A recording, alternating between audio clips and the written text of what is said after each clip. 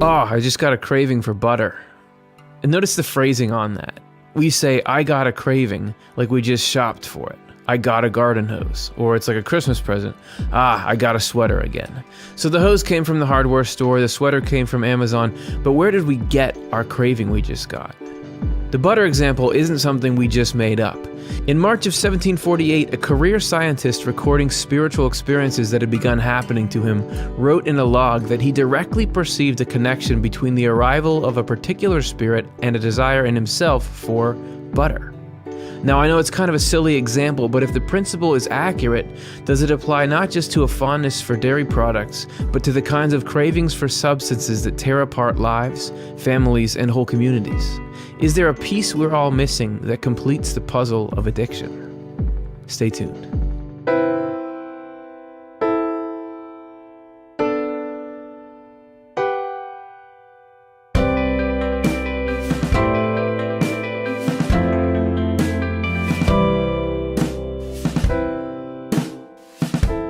Hey everybody, welcome back to another episode of Swedenborg in Life. Today we're going to be asking, do spirits play a role in addiction? As always, I'm your host. My name is Curtis Childs. And if we're going to do a show that has a topic like, do spirits play a role in addiction? We've got to get some disclaimers out of the way before we start. And the first and most important is that Swedenborg in Life is not medical advice. And it's not greater than or something that supersedes medical advice. We're not trying to say, oh, everything about addictive behaviors and things is spiritual, so forget everything you learned in the physical.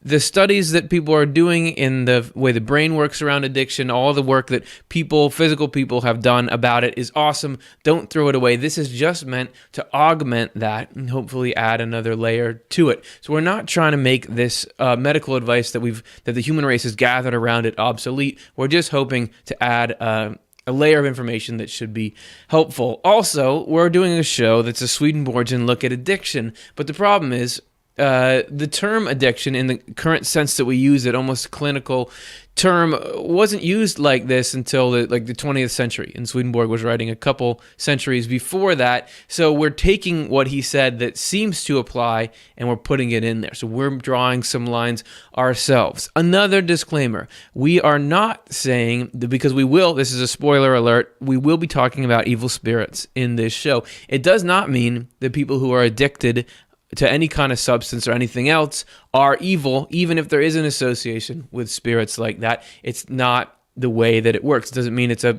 referendum on your character just because of the spiritual dynamic. We're also not going to get into any of the conversations about is there a place for drugs at a certain point, and all those side conversations. We don't have time. We're not going to go into those right now. Not to mention, if you're going to be talking about, do spirits play a role in addiction, with Swedenborg, that's kind of like asking, are there chemicals in my food? Well, all food is chemicals. Everything is chemical. According to Swedenborg, everything in the heart and mind was intertwined and originates in the spiritual world. So there's no spirits play a role in everything. We're just looking for what potential role are they playing in the Swedenborgian mindset. With all of that, why would we even want to make a show? Well, it's because the stuff that Swedenborg wrote is so, is so potentially relevant. When you look at particularly his Journal of Spiritual Experiences, he talks about the origin of the nature of cravings and of desires, and it seems like there might be something in there that's not just relevant, but a really important piece in understanding why our minds work the way we do and trying to unravel some of these puzzles. So that's why we're getting into it, and we're going to begin now by looking at the nature of wanting things and where it comes from.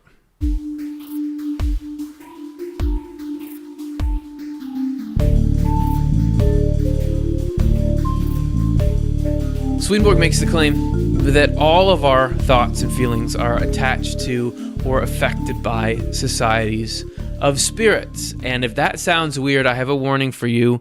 This gets weird. This is going to be, if this is your first time watching this show, it's going to be a pretty intense episode, and we're going to talk about things like spirits affecting thoughts and feelings. We're going to talk about evil spirits.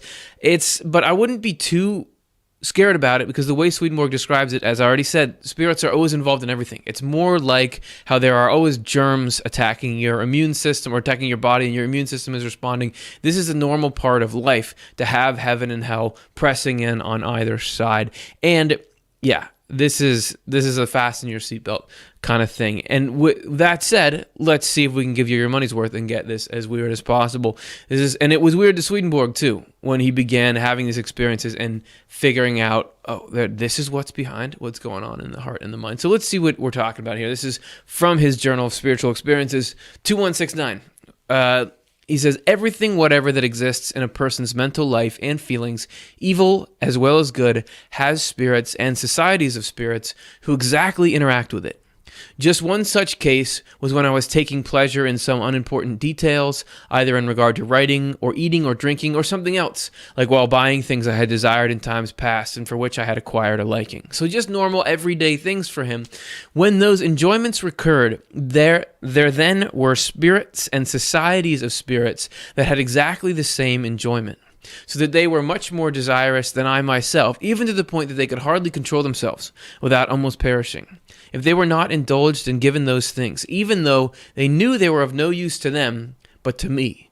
So there's not anything mental or emotional in a human being that does not have societies of spirits that indulge and favor it. There is the clinching line. And you may be saying, I never hear spirits talking about that they like the stuff that I like to buy. Well, Swedenborg he was describing this overt nature of his experiences, but he says he deduces from them, this is going on with all of us. We just don't recognize it as spirits. We just recognize it as thoughts and feelings, but the same dynamic is at play in a more subdued way in every person. And the spirits may not be aware of us like they were aware of him, but there's still those forces acting on us. So Swedenborg started to have these experiences, realized how much the spiritual world was influencing this stuff that he liked to do every day, and he started to give labels to these different spirits. Now, spirits, that term in Swedenborg, that encompasses everybody who's ever been alive and died, everyone who's in the afterlife. This could be really good people that he calls angels.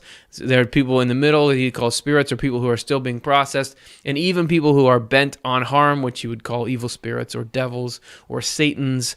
All of these fall under the broad category of spirits. And he would make all these subcategories of those, one of which is the spirits of bodily cravings, which are the ones we're going to learn about now. And these were the spirits that had an impact on him that he felt in his desires. And he had a lot of very interesting desires pop up that were connected with spirits. For example, like we said in the beginning, things that you can potentially eat. He says there are various kinds of craving, not just the appetite for eating. A kind of craving causes us to desire numerous things, such as baths. So both spirits could influence his desire to eat and his desire for hygiene, to get and sit in the bath. But it goes on from there.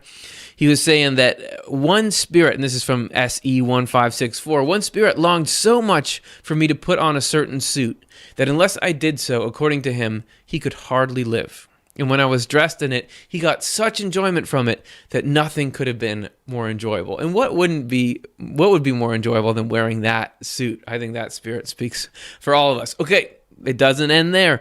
He says, I was in a shop to buy cheese, and while I was buying, spirits poured into me a desire to buy this one or that one, to choose one above another, and to change my mind. So, spirits are in there like, not the mild cheddar, buy the Gouda. This matters to them, and they were affecting him. And because of the way his spiritual senses were opened, he was able to perceive it overtly rather than just as the to and fro in your own heart when you're like, should I get that cheese? No, I should get that cheese. No, I'll just get them both. No, I'll just get that one. So he goes on. This is the one we mentioned in the beginning. There, at a certain heavenly spirit was present, and I was stirred by a desire for butter. So that's a heavenly spirit. That's an angel. So that's a good spirit. It kicked up in him this desire for butter. And you can tell as soon as you eat butter that it's a heavenly sort of thing. And then finally, to the negative side of things, there are evil spirits who even arouse that pleasure of sitting for a long time in toilets and staying there beyond the required time, for devils delight exceedingly in toilets. And those devils, so you're going to have an evil spirit wanting you to hang in a certain place. Those devils got a real boost when smartphones came out, right? Because that was like, you sit there longer than you need to because you got to finish reading your article. So that is the nature of the ubiquity of spiritual influence on the things Swedenborg found in his life. And from that, he had a lot of sub-insights about given this dynamic, how do I navigate the mind? And something that he says that he learned was that dwelling on what he would label unimportant things can be problematic because it sort of leads to this spiritual entanglement. This is Spiritual Experiences 2176. He says, by much experience within several years, I have been taught that one should not resolve to do anything that is really unimportant for the reason that one thereby not only loses one's freedom, but also gives spirits an opportunity to desire it, and thus to persuade. For it is the nature of spirits to desire intensely, and then to persuade regarding some matter as if it were a most definite cause, and should by all means be done.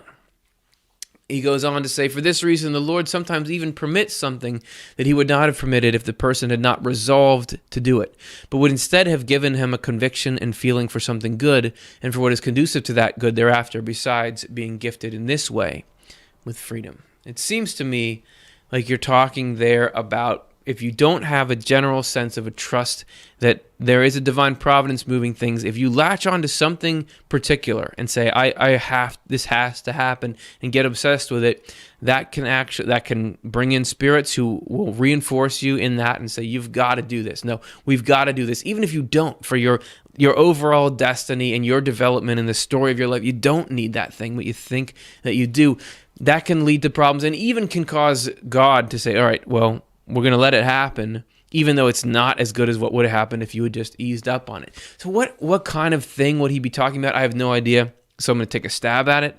And the stab is stabbed with this. What is that?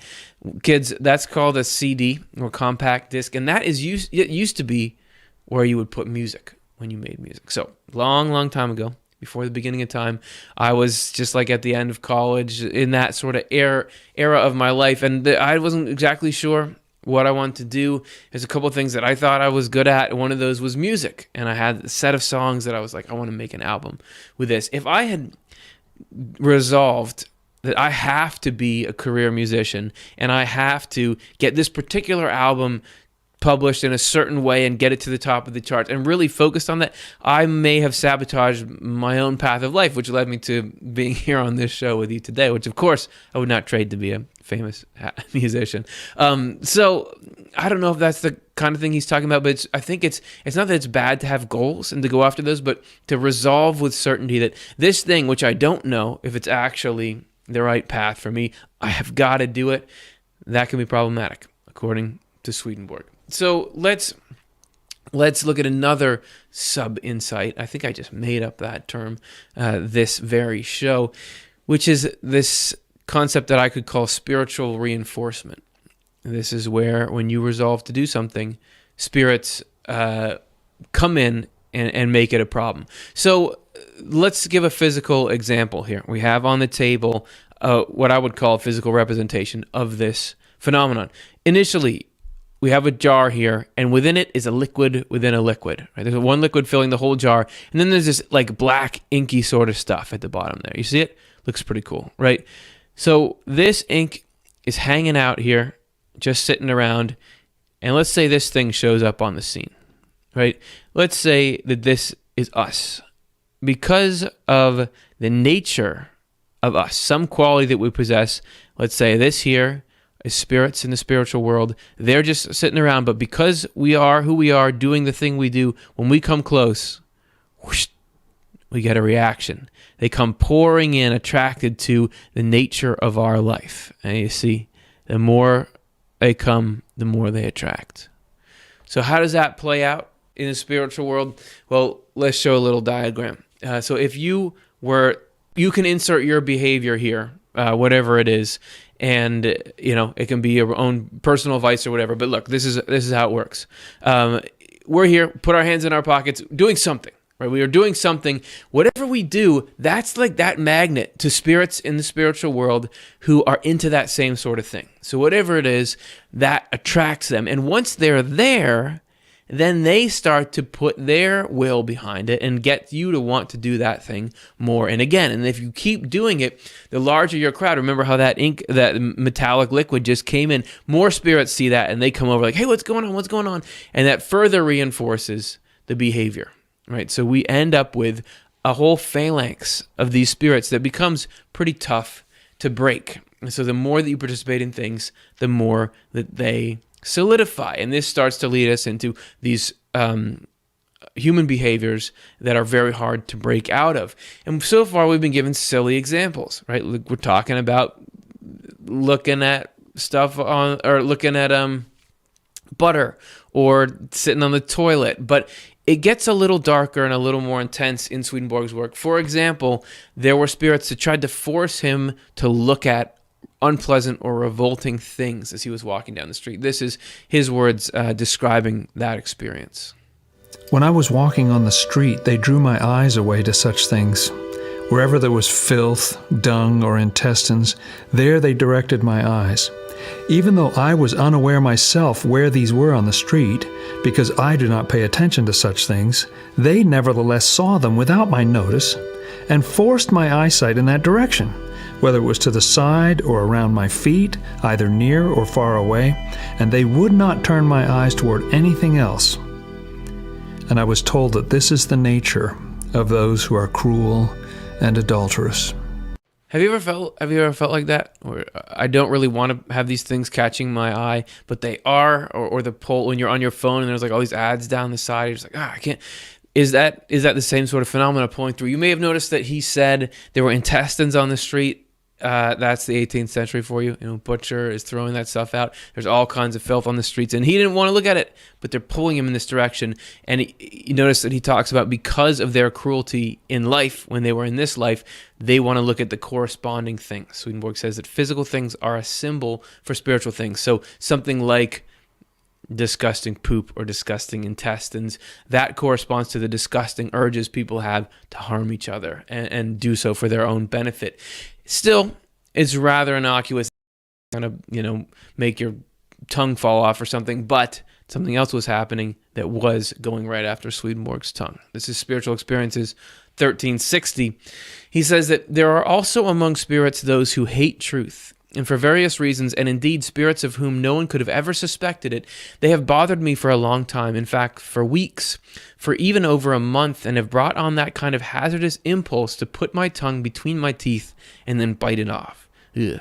I've complained about this for a long time, finding it unbelievable that any person should be troubled by such an impulsive urge. I do know where it comes from, for the cause of it is that they are all spirits who hate truths. And the tongue is a correspondence or a symbol of truth, because you can use it to disseminate truth. And because those spirits had an aversion to truth, they gave Swedenborg this impulse to bite off his own tongue. Enough that he was complaining. I don't know who the complaint department is once you get to that level of lucid spiritual experience, but he was filling out those forms, right? So this is something that can lead into pretty nasty stuff, and we are going to look in this next section at how potentially this ability of the spiritual world to push us towards things could be interrelated with the sorts of behavioral loops people get in that end up destroying lives all around them. So we're going to look in section 2 at how that might work.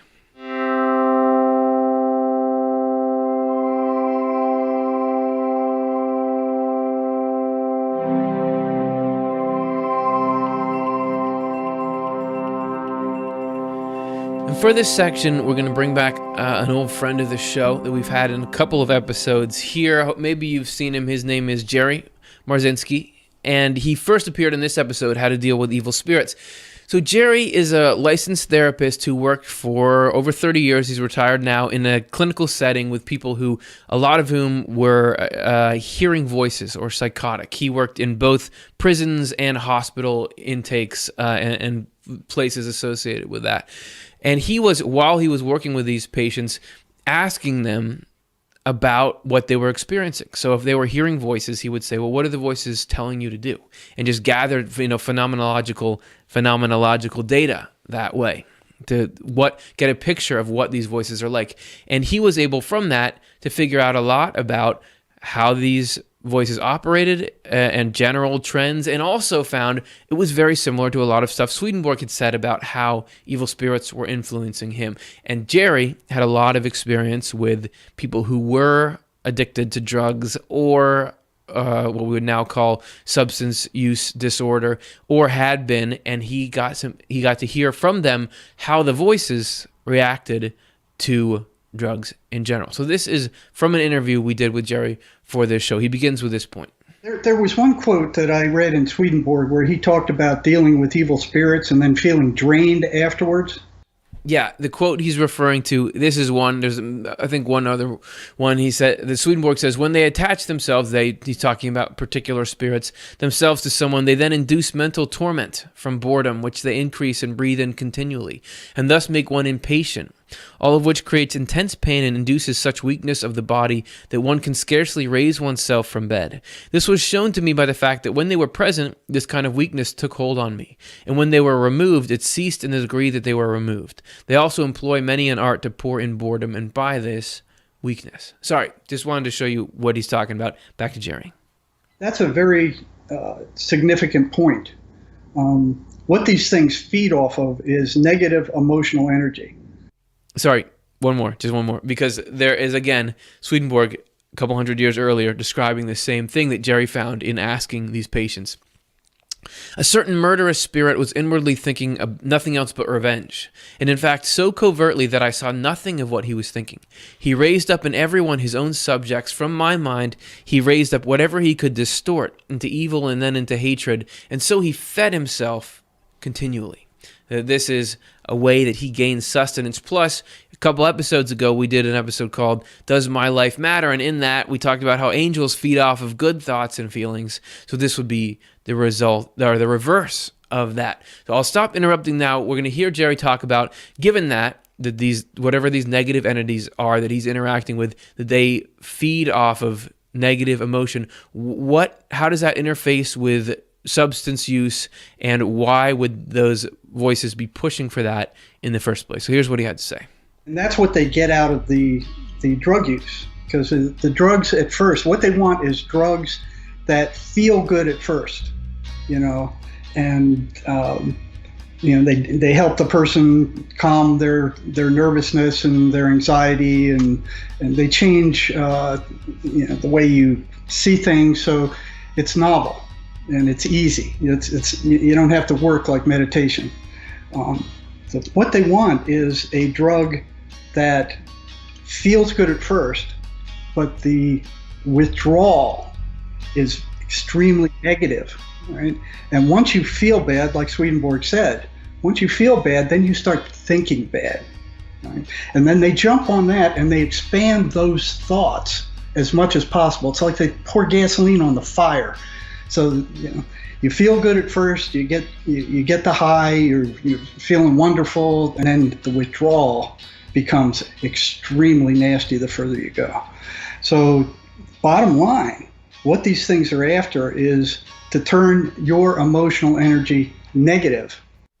And believe it or not, in interviewing these patients, he found out that there is a hierarchy of preference for drugs, for these voices or for these spirits. In case you want to know, this is what they're pushing for. He says crystal meth is by far the top, and that they'll try to get people who are psychotic to be using that, or sometimes psychosis meth use will trigger the start of the voices. He put spice up there, which is like synthetic marijuana. It's called synthetic marijuana. It's actually quite a different chemical. He said those two they're after. Heroin and alcohol are about the same in terms of how much the spirits want to get them, and then cocaine after that. Those are the top, because they create this cycle that he's talking about of heavy withdrawals and negativity and this craving for it. I want to focus a little bit on alcohol here and the craving for alcohol, because Jerry gave this interesting anecdote about a guy who was in the prison system and had come through all these different units and ended up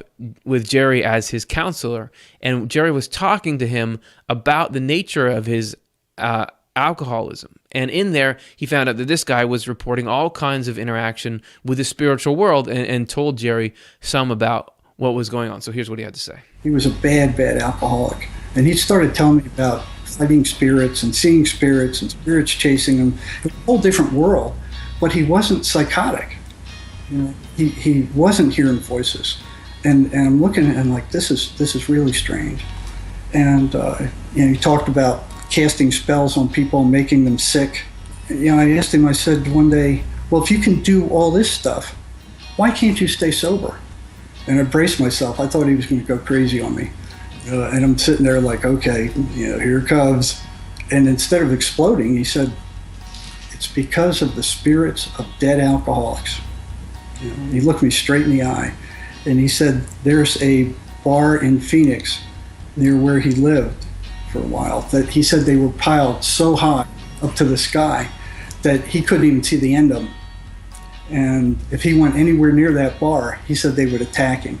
And if he had any alcohol in him at the time, he said it was even worse. And he said once they got in, he lost all control. So somebody here is describing particular spirits influencing them toward a particular physical experience. And I'm sure, as all of you at home thought, this reminds me of Spiritual Experiences 1566, where Swedenborg says, the spirits called cravings cause us to crave or arouse our appetites, and from this they derive their enjoyments, but the sense is our own. Those spirits had brought along from their life in the body the character of ardently longing for specific bodily enjoyment. So is the enjoyment of alcohol one of those particular enjoyments. Jerry says that in his workings with patients, this concept of spirits actually being behind the cravings, I know it sounds strange, but the concept of that actually is the most potent tool that people can get in kicking these cravings.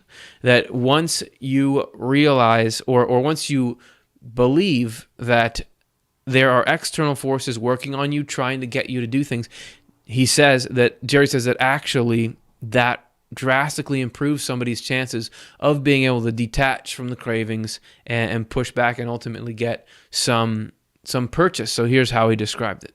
Once they realize in all these things that it's not their intention to have become a amphetamine freak or a cocaine freak or an alcoholic, that's not their intention. And whose intention was it? That opens up a whole new world. Okay. Once they see that it's not their intention and that those thoughts don't belong to them, then the voices lose a hook there. You probably noticed a pattern here. We give support from Swedenborg to what he's saying, but I love convergences. And when I heard Jerry's, what he had gathered along with Swedenborg, I was like, this is too good to be true, because Secrets of Heaven 6206 says, and this is a point Swedenborg makes in a lot of places, if we believe the fact of the matter, meaning that all good is from heaven and all evil is from hell, we would be assigned goodness from the Lord, not evil. That is because the moment evil flowed in, we would think, this is from the evil spirits with us. And when we did, angels would turn it away and cast it aside. Angelic influence acts on what we know and believe, not on what we do not know or believe. It attaches only when there is something in us to attach to. So why are we doing this show in the first place? According to Swedenborg, you have to have that concept in your mind. There is angelic power that wants to deflect the power of negative influence. But unless you have the concept in your mind that this is not originating in me, that there are third parties here, or second parties, whatever they are, then suddenly there is this power of heaven to come in and push things away. And that really changes that dynamic. And Jerry goes on a little bit about that.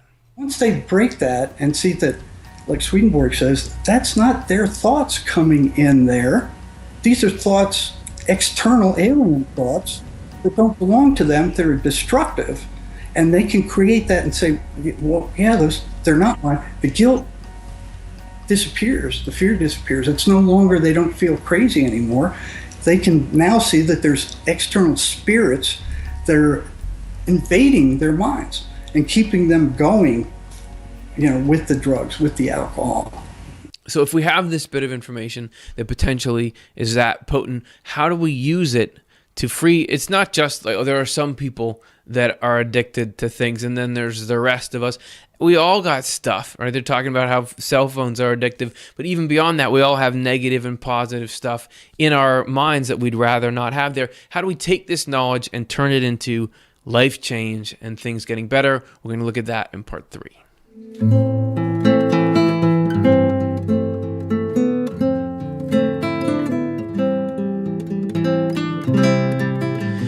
All right, so how do we put this stuff into action? To be free of this, we need what are essentially two psychological tools. and they are rationality and conviction. And we're going to look at what each of those means. First, to the importance of rationality. Swedenborg says rationality is essential. Our ability to make free, rational decisions about what we prioritize in life is essential not just to navigating physical life, but it's essential to our spiritual growth as well, which is another reason perhaps why hell is trying to push for things that disrupt our rationality, such as getting too wrapped up in a particular substance. And we have Dr. Soni Werner explaining a little bit about why and how becoming dependent on a substance interferes with the rational brain. So here she is.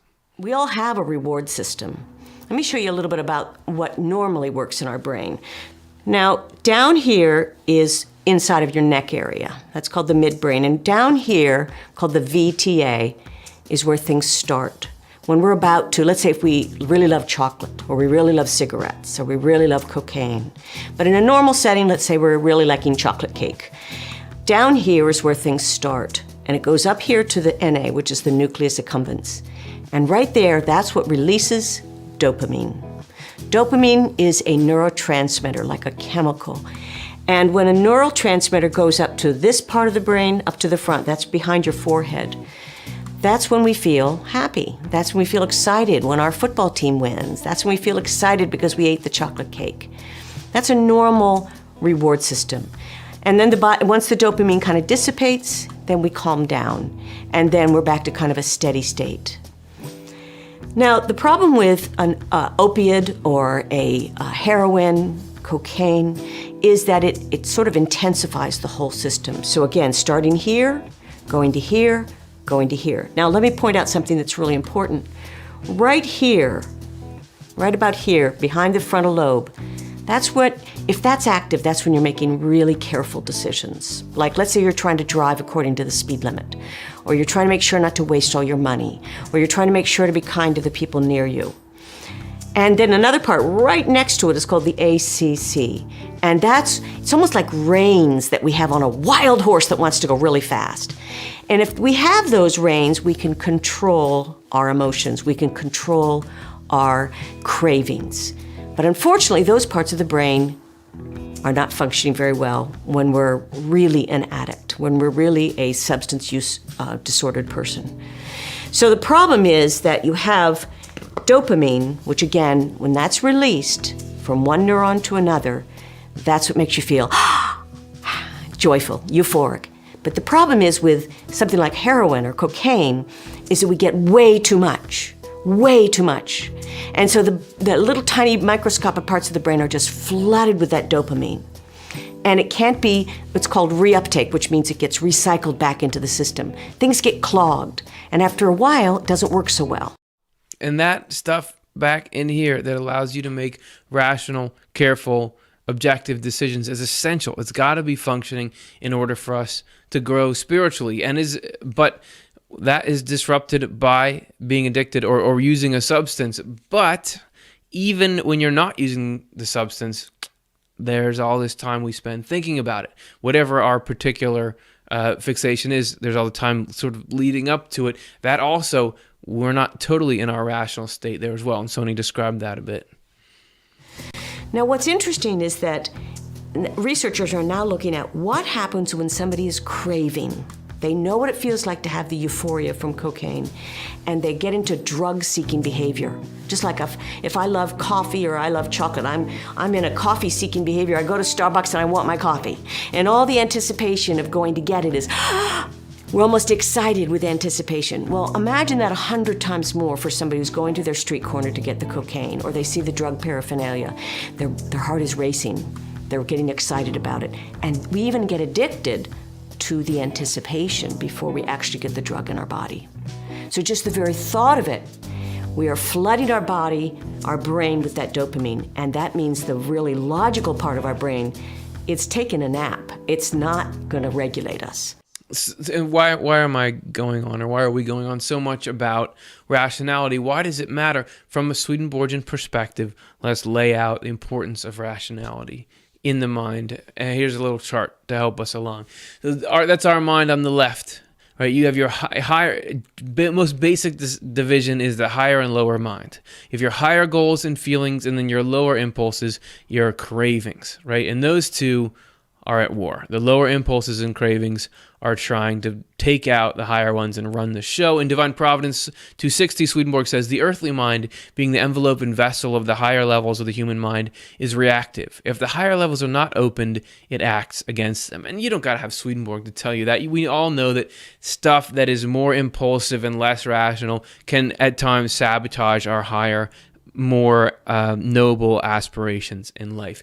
But are they always just going to be at war like that? No, because there is this middle actor that is rationality. Swedenborg says, when it's functioning rightly, rationality can work to subdue the lower impulses and cravings and keep them from trying to run the entire program. It's not that they need to be gone, but when they've been subdued, our higher aspirations, the spiritual stuff in us, can actually move through the rationality into this lower part. Swedenborg says in Divine Providence 260, whereas if they are opened, it acts with them, they being the higher levels of the mind. So it becomes that we're not getting rid of the lower, more superficial cravings in life, but they are turned towards things that can cohabitate with the higher, more important goals, the spiritual things in life. So the three work as this system together. That's how it's meant to be, all the parts functioning together rather than fighting against each other, and it ends up with the best scenario for us. However, there are things that can interrupt it. We're going to look at two. Swedenborg says mental illness can kind of put it on pause. He says mental illness deprives us of rationality and therefore of the freedom to act rationally, that it's hard for us to have a rigid barrier between the two or create order. And also the other side of it is what he calls a bodily disorder that affects the brain. So he says the state of the mind depends upon the state of the body. So addiction or substance use disorder would probably could fall along both of those, just showing that these are things that disrupt that natural flow. And it's not, you don't have to be in one of those. It can just be that we get irrational sometimes, but you can see that those disrupt what is meant to be this barrier of sorts, or this moderating influence that keeps the peace between the higher and lower things in our mind. So Swedenborg talks a little bit more about the importance of rationality and freedom and why we need them in Divine Providence 85, where he says that the reason we are reformed and regenerated by means of these two abilities known as the rationality and freedom, the reason that in fact we cannot be reformed and regenerated without them, is that it is through our rationality that we can discern and know what is evil and what is good, and therefore what is false and what is true. Now, these evil and good, there's a loaded language, and I said we're not saying that we're evil for our various addictions or things that we're stuck in. Think about harmful and beneficial. It's just when you get to a point where it's hard for me to really be choosing what's beneficial for myself because I can't tell it apart from gratification, right? So he says, then through our freedom, we can intend what we discern and know. And in case, we all have areas we're working on in this, in case you want some resources, like I said, we're not medical advice. If you are wondering, do I have some kind of disorder around this stuff? Here's a good website that has sort of a criteria for what being addicted to something is. This is an interesting video about how the whole dopamine cycle works and everything like that. Like I said, go out into the world, find out what people have learned. That's the medical advice. If you don't have that, a solid foundation in that, nothing we're talking about here is going to be helpful. You've got to take care of it on all the levels. That said, we are talking about it from a spiritual perspective here, so why don't we see, are there any spiritual tools that can augment the physical or natural tools that we have? We're going to look at how to break out, and that really can be a part of our spiritual practice. And to get at how that happens, you got to talk to someone who's been there and who has used spirituality to get out. So we called up our buddy Peter Rhodes, an author who's been on our show before, and he's talking here a little bit about his journey out of addiction through spiritual means, and he's first talking about what it's like to be in it. You'll find yourself doing things that you don't even want to do because you know the price and you'd rather skip it, but you're powerless over that addiction. So even though you know going to that bar and having that one drink isn't going to work, and you want to be able to go home, you can't do it. And that might bring you to a program, and I use the 12 steps sort of as a spiritual path. And the first one is I'm powerless over being selfish, my life's unmanageable. Step 2 is there is another will. And if you turn this issue over to, rather than your attorneys for your ego, and a kingdom divided can't stand, so it ain't gonna work. If you turn your will over to another will, a higher will, a more powerful will, things might be possible. And then, of course, step 4 through 10, you look at that will, you admit you're powerless over it, you admit you're selfish, you humbly ask God to take it. And could you replace that will with your will?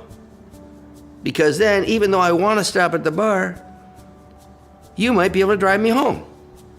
And that was my experience, is his will can do things that I can't do. So it says God does for you what you couldn't do for yourself. And then when you start to experience that new will, because that makes things good, because it's a good will. So you start to get along a little better at work. You start to not get pulled over by the police. Everything starts to work better. So you are missing the high you got, the friendship you got, but you're starting to see things work, and you start turning more of your life over to that will, to eventually that is the will that becomes as if it were your own. Of course, it's God's will. And we'll see what Peter is describing there, that he feels like God gave him, is what I think Swedenborg would call a conviction, which is our second tool here. And there are positive and negative convictions as Swedenborg describes them. He basically defines the term as the resolve to do something good. We talked before about the resolve to do frivolous things and how that's not helpful, but it's deciding that I'm going to, even if I have feelings in myself that go against it, I would like to work in this particular direction, or ask for God to work through me in this particular direction. And Swedenborg talks about these convictions and their potential power. Spiritual Experiences 2:9-6. He says, convictions clothe the person with a nature, and then spirits of the same nature are associated with the person. So here we get into changing our spiritual neighborhood. He says in Spiritual Experiences 2:8-82, once one has been imbued with a conviction that is true and good, and has been strengthened in it by the Lord, so as to be held in the conviction, one can never be torn away from it. So we can get these things implanted in us, which become this permanent part of our character if we're willing to work with the divine on it. It's the reverse of what we saw before. When we talked about this spiritual negative reinforcement, the same thing happens positively. So let's say we're hanging out, we've got some positive conviction or behavior, or we've got a conviction in our mind and a behavior that comes from it. Angels zoom into that. I mean, angels home in on that just like negative spirits home in on negative behavior. We begin to get heaven reinforcing the good things we do whenever we do them. And the more heaven is involved, the more heaven comes in and becomes involved. So even though we're just hanging out, it feels like you're just doing a small good thing, all these good spirits are trying to work with you. So that made it look like it's pretty fast. It's just the time of like putting your hands in your pockets and like thinking about something good. But it happens gradually. As we all know, there is a gradual change to build good habits. Swedenborg discusses this, Spiritual Experiences 2:9-8-8. While something of conviction can be given to us so that doubt would not thus arise, to be given conviction in one state and in one moment is not sufficient. For when the state changes, and the next moment we are as we were before. Meaning, so convictions are given by many, I'll tell you what it means after, by many confirmatory things, and little by little, or gradually, thus imparted by the Lord according to an order, and according to a person's nature and character, so that it will take root, and then the person is convinced, like the angels, and it can be elevated into conviction by the Lord. For all states of conviction belong to the Lord, all states of positive conviction. All that means is you make a New Year's resolution. In the moment, of course I'm going to do this. It makes so much sense for my life. Why wouldn't I do something like this? Then you get busy, or you get tired, or you get bored, and I don't want to do this anymore. So to make a conviction stick, we have to commit to it in when things are going well, when things are not going well, in all these different states of mind. We want to, and a conviction will be something really like, I want to do what's best for the world. I want to do something that's good. That would be a true conviction, something spiritual, something higher. But if we do that, God can work into us and give us this power and this new spiritual neighborhood that will change things. So let's take a look at what we've learned today in our wrap-up segment. We've been looking here, investigating the possibility that all instances of us craving and preferring things could have spiritual influence tied up in them. Swedenborg certainly seemed to indicate that there was this interplay happening all the time. So the dark side of this spiritual instigation and reinforcement part of what explains why addiction is so predatory, persistent, and acts so forcefully against our best interests, right? Is that reinforcement making it hard to break out. But most importantly, is the knowledge of the spiritual side of things a key that can help free us, a way to overthrow unwanted spiritual interference in our lives? And can we replace that influence with positive convictions that can really lead to us being free? Freedom is the goal. It's the birthright of every human being. It's something that we want to be able to have in ourselves, to be free and rational, and learn how we can support other people in being as free and rational as they can be. And hopefully we use that freedom to lead us to these convictions, to do good things, and that has spiritual strength in it.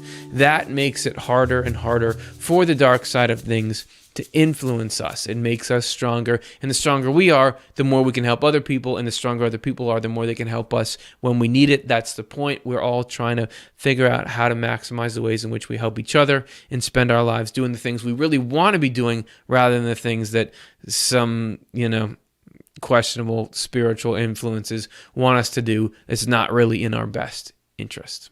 So there you go. Thanks so much for hanging out. If you want to do something that's really in your best interest, like and subscribe to use your freedom and rationality. This supports the channel. This is important to YouTube. I mean, this matters. It helps us keep going. And if you want to be a part of the engine that drives this sort of content, check out the potential of giving us a donation. We're a nonprofit. That's what we run on. Here's a little bit about our philosophy. We want the ideas and insights we cover to be available for free to anyone, anytime they need them. That's why we offer Swedenborg's books as free downloads on Swedenborg.com, and we produce this show and other content on our Off the Left Eye YouTube channel with no paywall or ads. The only way to keep this up, though, is for those of you who like what we're doing and feel comfortable giving, to give. If the idea of helping others have easy access to the content we produce feels meaningful to you, please consider supporting this cause with a donation. Give if you can, receive if you need. If we cycle through this way, in the end, everybody wins. We got a lot of questions. We're going to try to get to as many as we can, so I'm not going to even say anything clever. We're just going to start them. Here's the first one. Tara, can you pray or do anything for another who has addictions to lift them up?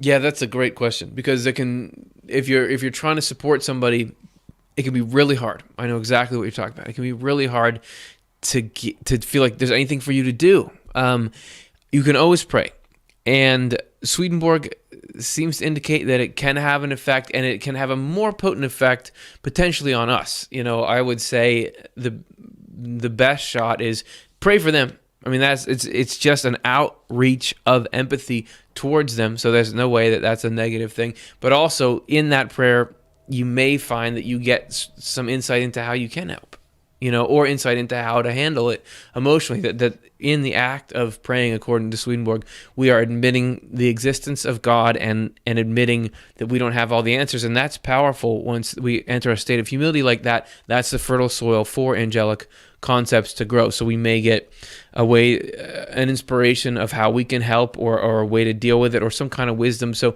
I would say you certainly can. I don't know that it's going to be able to fix it for them, but I don't think anybody thinks that is how it's going to go. But I think everything where you have a good intention, do it. And how do I don't know everything about it. So I'd say do it. You don't want to do it exclusively. You want to also maximize everything you can to try to help the way you know how, but add that on top, and it's great. So those are a few thoughts. A great question. Let's look at the next one. David, Jerry stated that one of his patients was harassed by dead alcoholics. Does that mean that when we die, we take our addictions with us? We take everything with us when we die, but we also have the opportunity to be divested of everything as well. Now, Swedenborg doesn't get into much how you end up retaining things like that. There's a process that everybody goes through, according to Swedenborg, where initially you enter the world of spirits, and this is where you either shed everything that's good about you, or you shed everything that's bad about you, depending on which one you want, and depending which things really made up your core. It could be that these spirits he's talking about that still had these addictions were in the introductory process, like they hadn't yet shed things and got sorted out, or it could be that they had chosen negativity. I think that if you're choosing something positive, you're able to kick everything, because the physical is gone, and then it's just false concepts that are leading you that direction. So if you're open to instruction, I don't think that it would be a problem. I don't think that you really have to spend a lot of time kicking something that was physical, as long as you are not like, as long as you acknowledge that you don't want it. No, there's this freedom thing that makes it so that nobody can force you in a direction if you don't want to go. Just like in this world, when people want to receive treatment, they've got to agree to it. They've got to know they're doing it. So I would think that if we're willing to receive help, they've probably got, if you think about the programs we have here to help people out of addictions, they've probably got much better ones there. And I don't know exactly how much, because obviously the body is affected by addiction and the brain. So when you shed the brain, how much of that is still in your spiritual brain? Those are things I don't know. Like I said, Swedenborg doesn't describe it much, and he doesn't know or doesn't reference the concept of addiction. So we're connecting some dots here, and that's a great question. I wouldn't worry too much like, I drink coffee, I smoke cigarettes here, am I going to be able to kick that? I think that probably it's only a problem if you're making it if you're not open to change, like you don't want to change. Those are a couple of scattered thoughts on it. It's a great question. I said that about both of them, but it was true about both of them. All right, let's look at the next one. Terry, why would the spirits of dead humans be given the right to torture others and not have to suffer for their own lives on Earth before they died? So the torture, there's no such thing as torture that's just torture. I mean, Swedenborg says nothing bad ever happens, nothing that causes suffering ever happens unless it in the end leads to good. So anybody who's having these negative things affect them in life, somehow in the end good is coming from it. Whether it's that we need to see what kind of negative tendencies we go along with so that we can have a chance to push them out and push back, and thereby that free ourselves from evils. That's one potential. Or whether we develop this really clear understanding of the difference between good and evil, and you have people who have previously been in a condition are often the best advocates to get other people out, because they really understand the condition and they're not just talking theoretically. So maybe somebody is pulling this positive thing out of them. So it's not like people are just victims and nothing's coming out of it. Providence is guiding all of that. I would say that nobody is just harming people and living a happy, carefree life. Swedenborg says that evil carries with it its own punishment. So anybody who is making suffering the business of their life, they bring that suffering on themselves. It's not like that's a good life path for anybody. That if you get to the point where your life is about making suffering for others, your life is worse than theirs. And Swedenborg talks all about how unpleasant a hellish life is, because you're just bringing all this stuff on yourself as you do it to people. So I wouldn't say it's like, oh yeah, I just get away with things all the time. There's only permissions when things are useful, and everything is just. There is this. There are these checks and balances, and even for the people though who are receiving sort of the retribution of evil in the other life, even then it's only when good can come out of it. It's only because it acts as a deterrent. It's not a revenge thing. It's like the only way we can get you to stop harming people is for you to feel some of the effects of that harm, and that'll actually save you, because otherwise you'd immerse yourself deeper and deeper into this. Hope that makes sense. Those are my thoughts on it. Again, good question. What are the odds? Okay, let's do two more. This is Selenianus. What do you do if you think you have latched onto something that was not the best God had for you? Oh, that's a great question. What do you do if it's already there and it's already in your mind?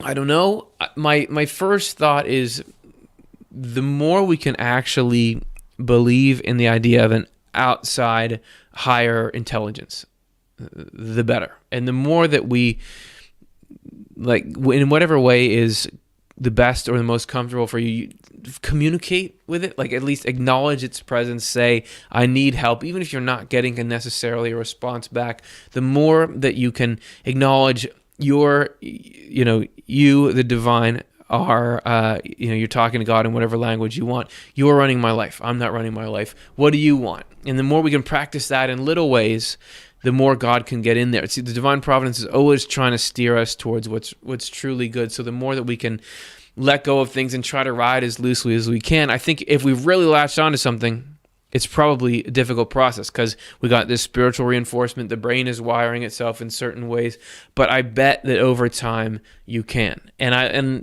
the earlier question about prayer, this is a great time for that. Just the more that we can get humble and be looking for answers, the less rigidity, the more I think you could potentially undo some of this or find out what's your new trajectory and just have the confidence that everything is providence. So no matter where you are, God was anticipating this and can get you more and more back on the right track. So going in with that knowledge, filling your mind with positive things, and this is a more practical one, but talk to other people, meaning have conversations with people, tell them what you're going through and let them, because when you're in your own mind, that's when you can really get fixated on things. But when you get other people's perspectives, I've found that helps me relax and see things with better perspective from them. So thanks. Great question. Let's do one more. Harlan, how do you distinguish between real spirits influencing your thoughts and those effects of mental illness where people hear voices, etc.? Swedenborg wouldn't make as clear a distinction because as we're showing here, it's all connected. That he likens mental and spiritual phenomena, or mental and emotional phenomena, to the stuff that comes through our senses, meaning everything that I'm seeing and hearing right now, I know is not originating in me. It is coming in through my physical senses. He says that the stuff we're feeling and thinking is similarly being affected all the time from the spiritual world. So people that are hearing voices, that's most likely actually a spiritual influence rather than just the brain originating something. That's the Swedenborgian take on it as far as I can tell. There's certainly the brain matters, but it's not as much a generator as it is a communicator. And there's certainly our own memory and personality that we draw on, but everything is in community. There's sort of this communal subconscious. And so there's nothing that is happening apart from that. That's just merely without a spiritual influence on it. Does that make sense? Okay, cool. The one I answered the most ambiguously will be the last one. So I'd say, he would say, the voices are the voices of spirits. I think that's what Swedenborg would say. I didn't get to ask him specifically about what are now called hallucinations, but I think that he would say that this is the spiritual world coming through rather than a figment of our imagination. That there is not the isolated imagination like you would think. How would I know? That's just what I'm pulling right now, and that's what I would get from my study of Swedenborg and these other sources. These are the biggest questions about the mind, right? Thank you for letting me ask them with you. We want you back next week. Speaking of questions, we're going to do a 10-question show next week, which means we just take questions from the audience, take our time, research them, give answers, so better answers than I just gave here. Hope you can join us for that show, and thanks everybody for hanging out.